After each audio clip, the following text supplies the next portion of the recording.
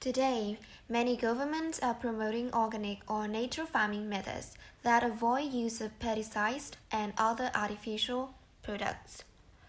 The aim is to show that they care about the environment and about people's health. But is it the right approach?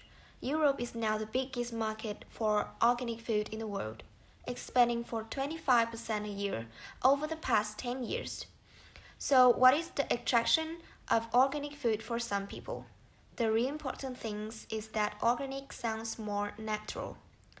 Eating organic is a way of defining oneself as natural, good, caring, different from junk food scoffing masses. As one journalist puts it, the feels closer to the source, the beginning, the start of things. The real desire is to be somehow close to the soil, to Mother Nature. Unlike conventional farming, the organic approach means farming with natural, rather than man-made, fertilizers and pesticides.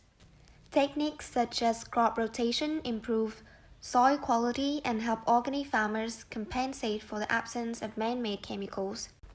As a method of food production, organic is, however, inefficient in its use of labor and land.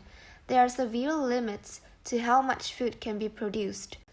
Also, the environmental benefits of not using artificial fertilizer are tiny compared with the amount of carbon dioxide emitted by transporting food.